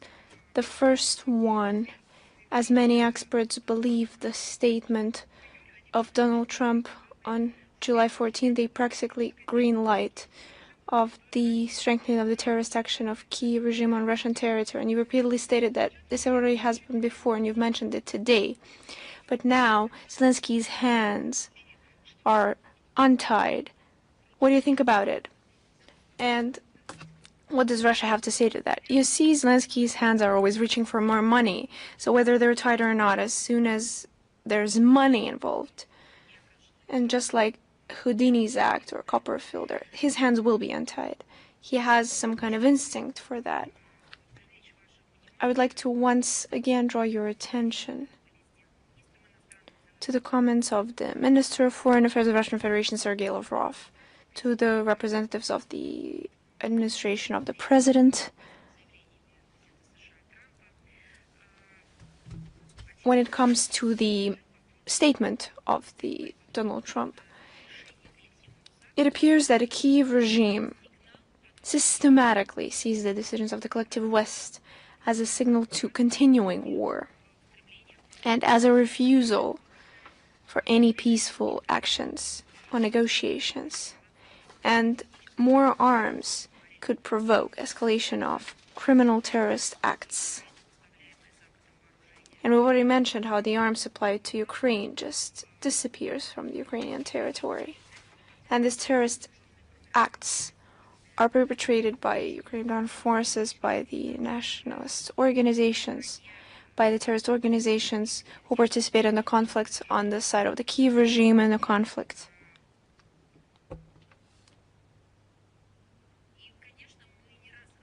And of course, we've repeatedly drawn attention to the terrorist nature of the Kiev regime. And basically every day we state facts, confirmed facts. We bring attention to the punishment received by those who perpetrate terrorist acts. And more than that, Kiev regime is not hiding the fact that they're committing terrorist crimes. They're not feeling any kind of shame of it. They're proud of it. And they're proud that they're using Western arms when committing those acts against the objects of civilian infrastructure, against civilians, against women and children, against journalists, state and political figures, against the social employees, those who provide assistance, doctors, emergency services employees.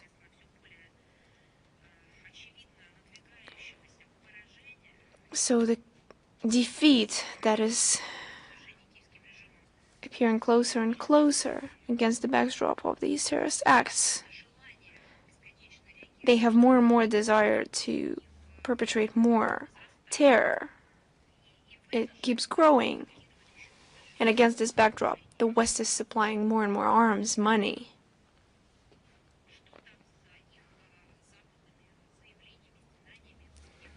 So what about the statements of the West about organizing the negotiations table and providing a seat at that table for the EU as well?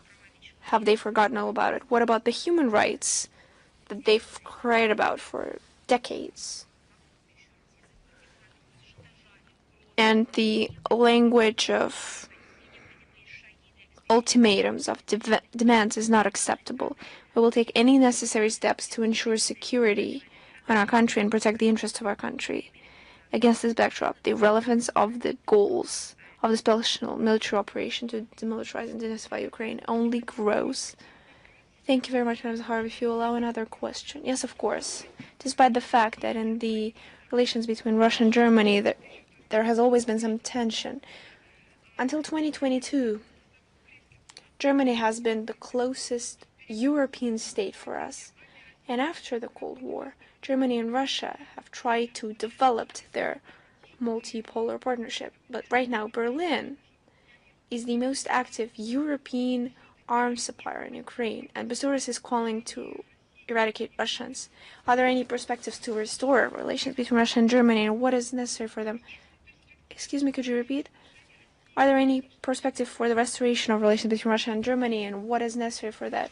You see, weird to ask this question as if we're to blame for the fact that there are such people among German politicians. It's not on us. We've done everything, and we have historically done everything that the relations with peaceful, flourishing Germany would develop in a positive key.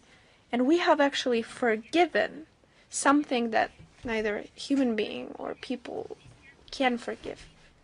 We have forgiven tens of millions of killed citizens. We have forgiven them torturing our country, torturing our peoples. We have forgiven burned down cities and villages, destroyed museums. We have forgiven tortures of women and children. We have forgiven them their attitude towards us, not just as third-rate people, but someone who have no right to life. We have truly forgiven everything. We've never forgotten. And that's why we preserve memorials. That's why we continue to produce movies. We learn history. We haven't forgotten, but we have forgiven. Once again, we have extended the hand of friendship, of mutual cooperation, respect. We've shown how, by forgiving, you can propose normal, mutually beneficial, mutually respectful cooperation. We have proposed so many projects. We've basically If you need historical resources, then let's cooperate and explore peacefully what we have so that it's mutually beneficial. So it doesn't lead to you losing your last beats of humanity. We've directly participated to ensure that these resources are supplied to them on mutually beneficial conditions, of course, but also to preserve your human nature. And what do we get? We get exactly what we're seeing right now. But the most terrifying thing is what Germany got out of it. Full amnesia of their own mistakes, of their own wrongdoings. They've neglected to remember of their own modern history as the unification of its country, which wasn't divided, not as a result of someone else's actions, but of their own crimes. They've fully forgotten who played the role of unificator of Germany, that it was our country and our people who was unable to forgive, but still forgave, and then contributed to the unification of Germany. They've managed to betray that, to betray themselves. So when you ask who should do and what, yes, today from official Berlin we hear calls to destroy our statehood, our country, our people as a whole and separately, and all these calls have turned into a mania of those who are in power in Germany. They're trying to erase anything connected to our country, informational, cultural, digital space. German arms are used to fire at Russian territory, at Russian people, at the same people that they're forever indebted to, especially for the fact how many people simply weren't born because of their actions. They're now discussing the launch in Ukraine of the long-range winged rockets, Taurus, use of which requires the participations of specialists, so the direct participation of German specialists, and it's not just undercover participations. Do German civilians understand that when they vote for German politics, what their leadership is pushing them towards? Do they understand that? Supposedly they've spoken against the destruction of any relations with Russia, especially against militarizing against our country. But what next? Then they will say that they were once again lied to. They weren't lied to. 90 years ago, they've already been offered the so-called democratic choice, but which turned out to be a catastrophe. And it wasn't an imminent catastrophe, it was a historical scale of catastrophe. I would like to recall once again that it's clear that those who we've always called the revanchists, but who were hiding in silence under the benches, when they came out, they did not learn any lessons from their own history. Any efforts of the representatives of German authorities to talk to Russia using ultimatums from the position of power, as they believe, are ridiculous, immoral, and they're laughable. Imagine what they thought, to divide victims of the Second World War based on their nationality.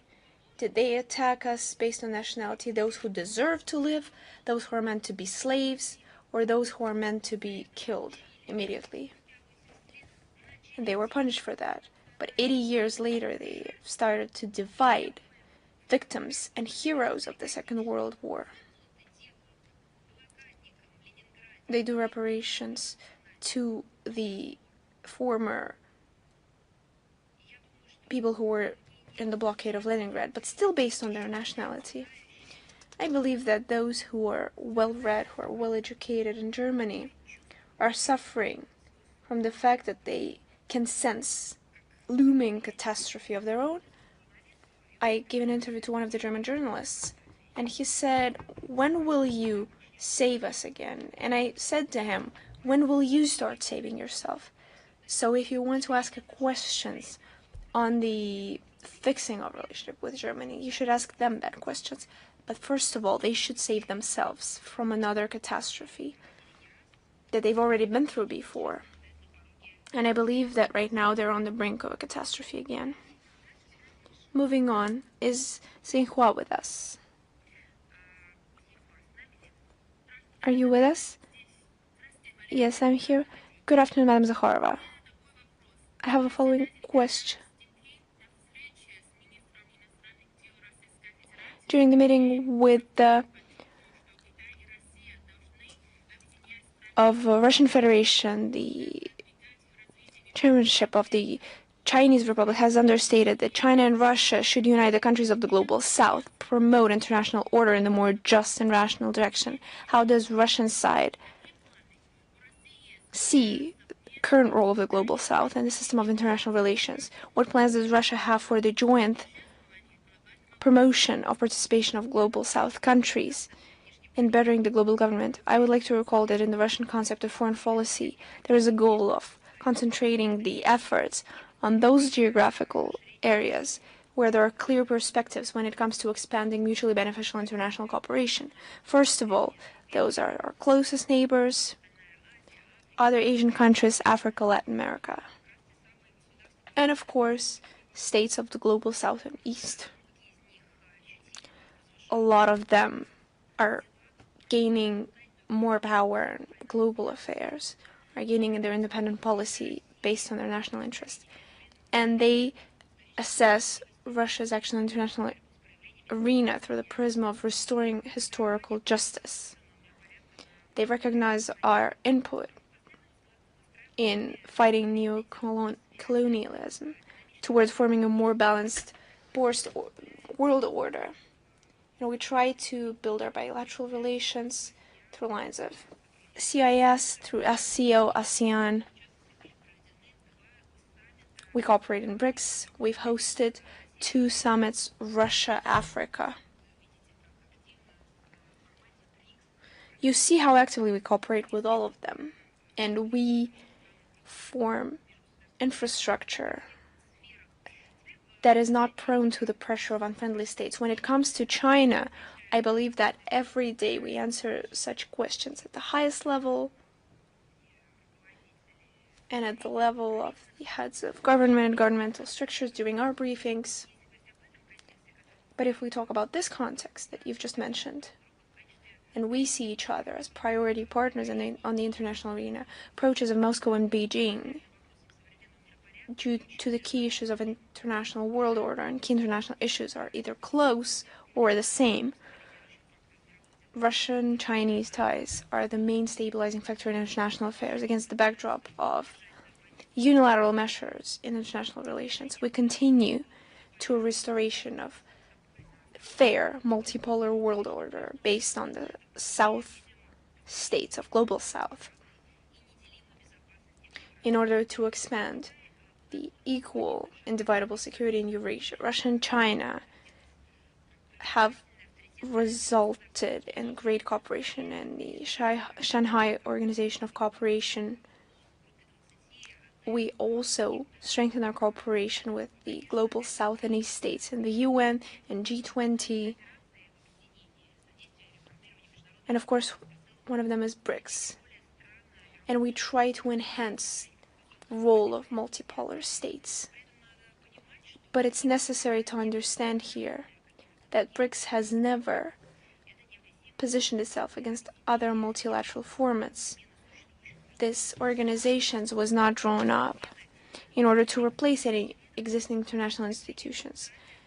On the contrary, BRICS countries advocate for the strengthening of the central role of UN when it comes to following its charter and the international norms. Thank you. Thank you very much. Is the Chinese Media Corporation with us? Yes, good afternoon. We have two questions. On July 14th, Donald Trump stated that if Russia and Ukraine will not come to a peaceful agreement within 50 days, the U.S. will come 100% tax on Russian goods. At the same time, Washington is ready to supply Ukraine the most modern arms. Do you believe that these actions contradict his words about the peaceful resolution of the conflict? What do you believe are the reasons for these steps? I'd like to draw your attention to the words of the Minister of Foreign Affairs of the Russian Federation, Sergei Lavrov.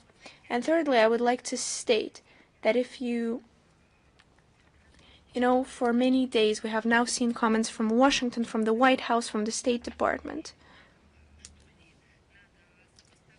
Should we use every day to position what they've said against their previous tweets or previous statements, written or oral ones? Perhaps then we will have no time for work. We will simply compare their words. I believe this is counterproductive and useless to measure with a ruler how far they stray from their own position, from their line of work, and their inner American statements, even on international issues. I believe this is impossible. They have so many statements. Sometimes one may contradict the other. It's simply useless to analyze them. We better analyze and better word our own position.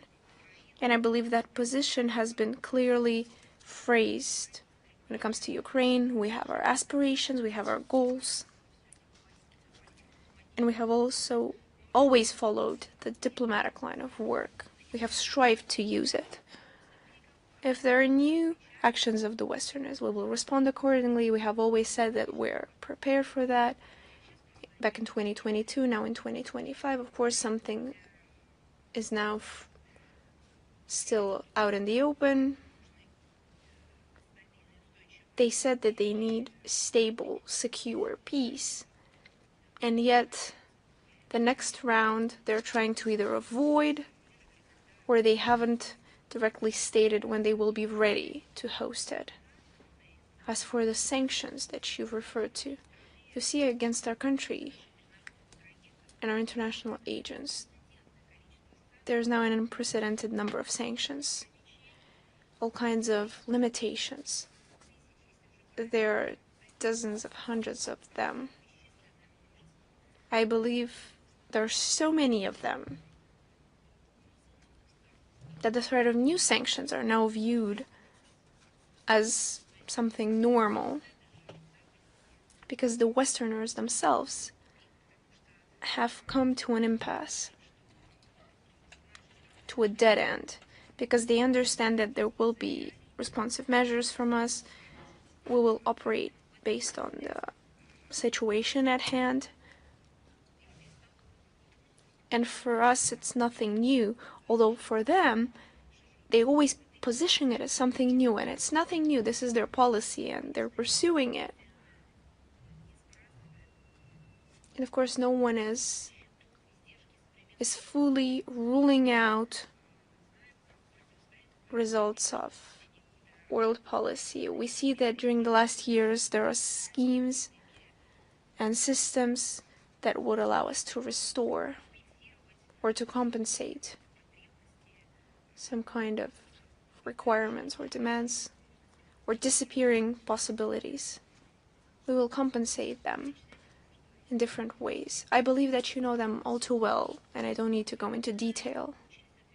So yes, we've learned how to respond to that. Yes, we believe it is illegal.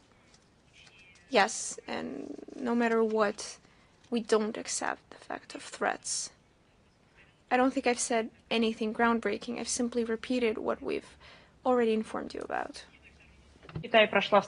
And the second question, the meeting of the Minister of Foreign Affairs of SEO took place in China. during which they spoke about the general preparation for the summit in Tianjin, and mentioned the declaration of the Union in Tianjin. The work of the minister in Tianjin, the result of the ministerial meeting in Tianjin, it was noted that the meeting opened the decisive steps for the opening, has prepared for the opening of the summit. The meeting of the president of China with the heads of the ministries of foreign affairs of other countries was the most important event. We stated the priorities, and within the presidency of China, about 100 events have been held. In his response, Minister of Foreign Affairs of the Russian Federation reiterated the line of actions on general content of the meeting of the heads of the Union of the Heads of States. The agreement will be continued on the line of national coordinators and specialized institutions. Once again, I would like to highlight that the information presented with the comment of the Minister of Foreign Affairs, Sergei Lavrov, is published on the website. We'll provide all the necessary links from the briefing, and we are convinced that the results of the event in Tianjin, we analyze the possibility that it will foster strengthening of the SCO as a system of indivisible security in the region to create a more fair world order. We are convinced that it will give an impetus for the development of the association and bring SCO to a new, as Sergei Lavrov said, to a new level. Thank you very much. Thank you to you. Orator, please. Hello. We have a question on cooperation between Russia and China, as well as threats of Trump to introduce 100 tariffs against Russia and its trade partners. What do you think? Is it possible for these threats to be implemented to introduce the tariffs? Will it affect the cooperation with China and the supply of energy resources to China? What do you think? How stable is the cooperation of Moscow and Peking in view of these threats? Look at the question. You ask if the threat can affect. Well, it is a threat. We heard the threat. Is it the first one? It's not the first one. If these threats or threats of this type are unclear, no, they were articulated quite well. They were well directed, and the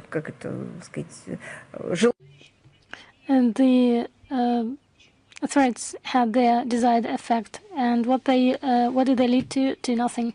If you are asking about the implementation of these threats, then to comment the events that haven't happened have no sense. The logic of development of the Russia-China relations during the last 10 years has been repeated on multiple occasions that either Moscow and Beijing consciously made a choice of strategic cooperation for on a long-term basis. If they knew about the threats, Moscow and Beijing, of course they did, and they heard about these threats. They read about these threats as well, but they did their choice, what they consider the most appropriate in these circumstances.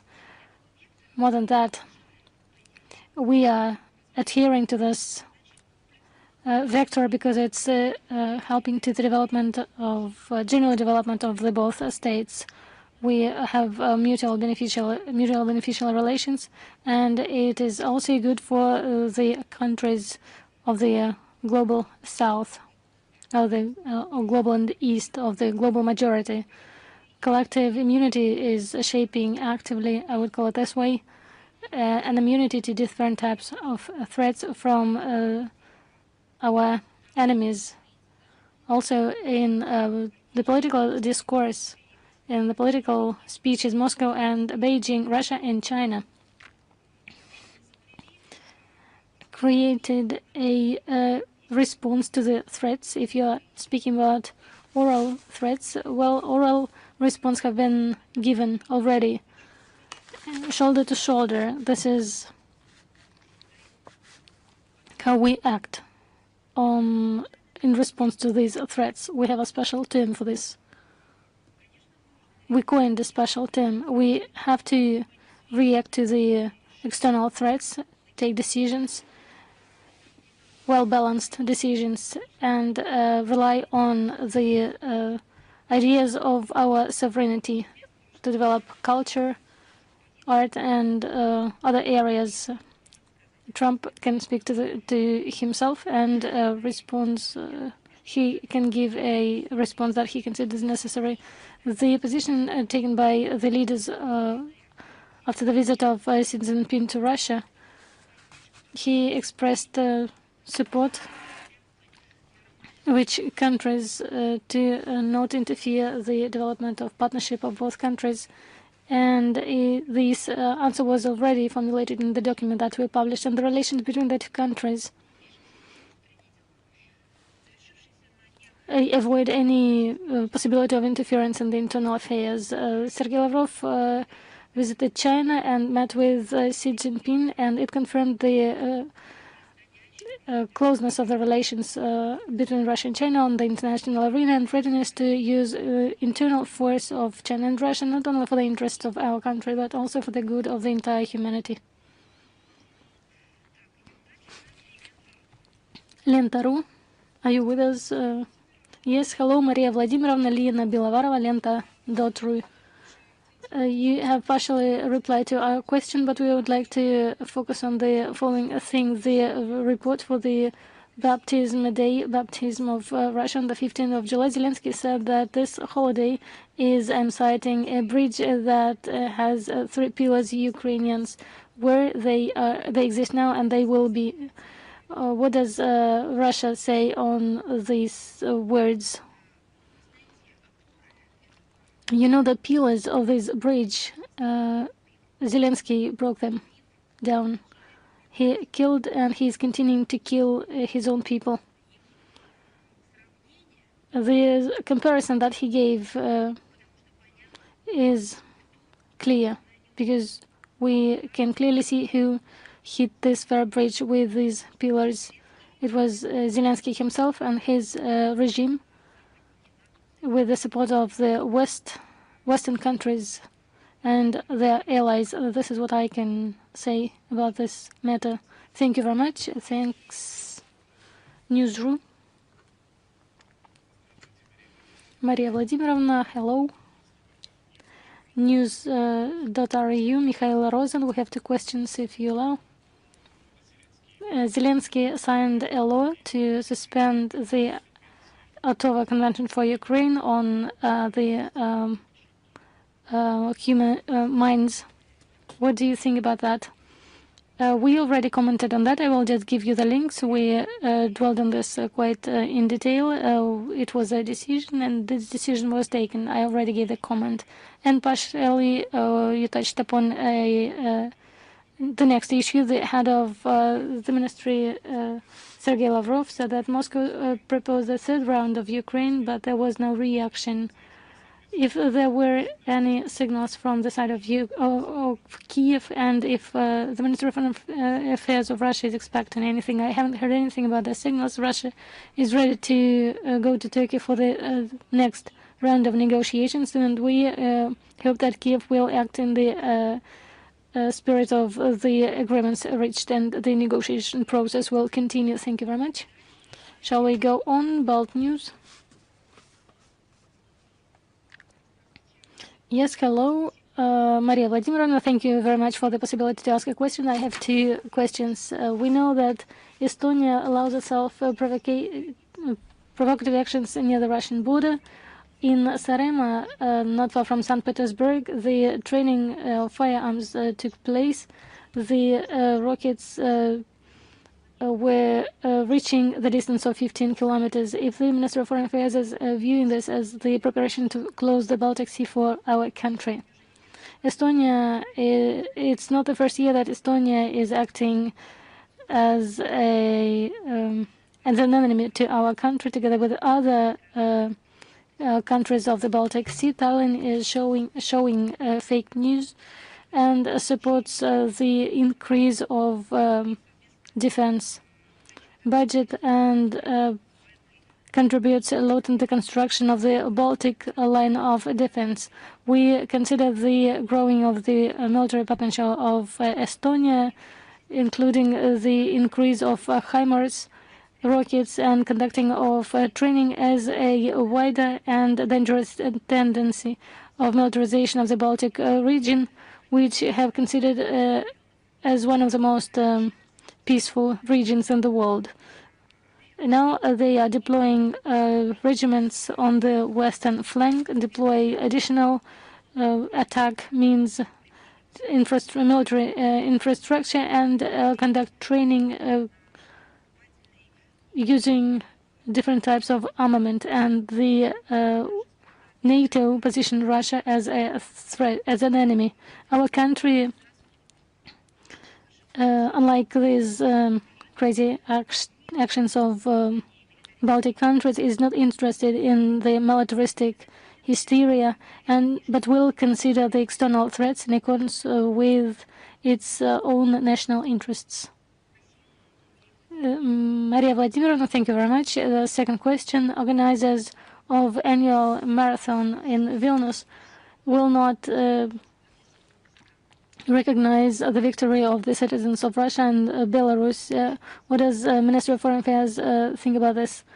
Well, what can we say about this? It can only be evaluated in one way. If the prizes on the international arena are given on the principle of the nationality, it shows that the country that introduces similar rules and supports them is infected with Nazism and racism. These are all characteristics of the Reich. Al-Maidin, hello. The United States, if the United States are threatening you, and what about the proposal of disarmament of the Lebanon group of Hezbollah? The Liban will belong to Syria. What does Russia think about this?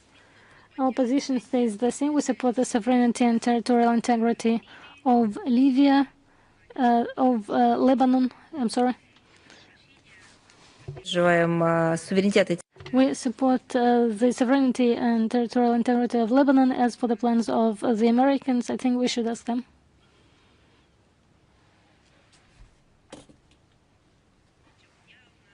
I do not have nothing to add to this question. Shall we continue? Big Asia, are you with us? Hello, Maria Vladimirovna. Hello, dear colleagues. Ina Fernandez, Big Asia channel. We have two questions. First, have been covered by you about the sanctions. We see how the Ministry of Foreign Affairs comments on and reacts on the sanctions, secondary sanctions from Donald Trump, and we can see it in the context of the activity of the Minister of Foreign Affairs of Russia, Sergei Lavrov, who conducted negotiations with the President of China, Xi Jinping, and Abbas Araghchi. Can we come to the conclusion by the result of these negotiations that our ties with key partners allows Russia to synchronize its position in the Asia-Pacific region and elaborate general approaches to the regime of the United States, including on the issue of the purchasing of the energy resources? You have such a question that I just want to reply with yes. You formulated everything. I would like even to say that you took this words from the Declaration of BRICS or SCO. Really, our efforts with our partners, with our allies, our collective efforts within the formats as SCO, BRICS, they are directed to strengthen the ties, economic ties between the participants, and do this not only for our own benefit, but to counteract the disbalancing of global economic ties, to respond to the illegal sanctions that hit global economy, global development and logistics, and the security. As for the waves, as you call it, the declarations from Washington, different declarations have been made in Washington in recent months. They spoke about the tariffs. They spoke about some personal items. And I say that, as the President Trump said, that everybody is speaking about the United States, and they like it. Now everybody is speaking about the United States, and that's great. That it's what the current President of the United States said. They speak about it out loud. A lot have been said about Russia and China. Our contacts with China are my trade partner. As you know, we are speaking about the increasing bilateral cooperation in the context of strengthening sanction regime from the West. We are analyzing the situation in economy to minimize the results for the economic activity. We can be sure that the line for further strengthening of relations, of general relations and strategic cooperation with the Chinese People's Republic won't have any changes, and the agreements reached between Moscow and Beijing will be implemented in full, despite all the difficulties introduced by those who like the games in illegal sanctions. What else? To respond to your second part, of your questions, despite the contacts conducted between Minister Lavrov and his partners, Lavrov participated in Malaysia, ASEAN, SCO in China, ministerial meetings, and as we see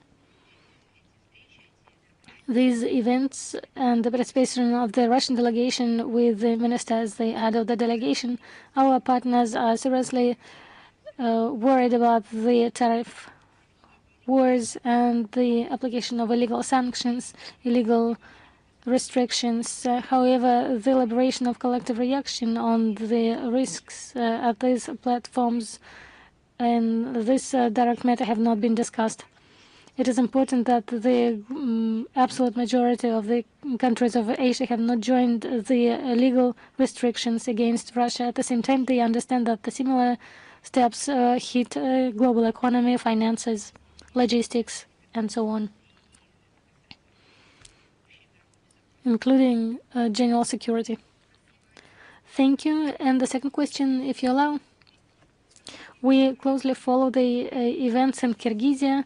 There, a month ago, the head of the National Trade and Industry Chamber, Sariev, required special status for Kyrgyz in Russia. And a week ago, in the city of Balykchi of Issyk-Kul region, a memorial to Semyonov Tanshansky was destroyed. What is behind these steps? As for the speech, I do not even want to comment on that. As for the memorial, we specified this issue, and here we are talking about the monument to Semyonov Tanshansky that is being dismantled. The demolition is this. Demolition has to do with the restoration of the space and the reconstruction of the area. But after the reconstruction, the monument will be installed in a different part of the city. Our embassy is following closely the situation and maintains contact with the Russian embassy. Thank you. Is the magazine Compatriots together with us? Yes, we're always here. Good afternoon. Madam Zakharova, we have an idea and we would like to get your opinion on it. Moscow School number 1539. There's quite an interesting museum dedicated to the heroic Moscow militia. School kids, as well as the kids and grandchildren of the militia fighters, are conducting search operations. Almost all the militia fighters died protecting Moscow. Not all of them have been identified. And search operators, year from year, are conducting their work, trying to establish fates of most people. A museum is gathering more and more exhibit pieces. There are many of these pieces. And then there is a fighting hat with many holes, a German one. Perhaps against the backdrop of the growing militarist intonation from Germany, we could send it to them as a reminder of what this could lead to if they, once again, try to repeat the past. Exactly what do you want to send to them? This hat of the militias, this... You think they don't have them? It's not about the helmet. It's not about the helmet having holes. It's about the holes in their own heads. So it's not a helmet that should serve as a reminder. There should be something else to help them preserve sane minds from foreign interventions.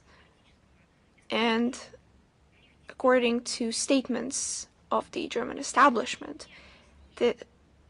there's clearly something wrong with their heads. These are not people, I've said this a lot today, those who supposedly should have lived their lives with the feeling of responsibility for the fate of their country, with the specific purpose of not repeating the mistakes of the past. Those who should have done everything to preserve our common history that was written in blood due to the actions of their compatriots, of the so-called German politicians, when in reality they're criminals according to the order of the Nuremberg trial. And instead they're dreaming about how they will eliminate all Russian soldiers, how they will rob the country to use more arms to impose the strategic defeat on us. And you talk about sending them helmets. No, actually, let's use our schools, our universities. Let's follow the honorary, beautiful task. Let's create museums. Let's know our own history, and let's do everything in our power so that their threats, their lies, because they will stop at nothing. Let's do everything so that they don't affect our own heads. That's what we need to do, which is exactly what we're trying to do. As for them, we will not be sending them anything.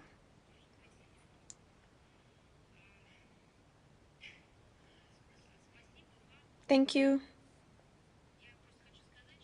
I would just like to say that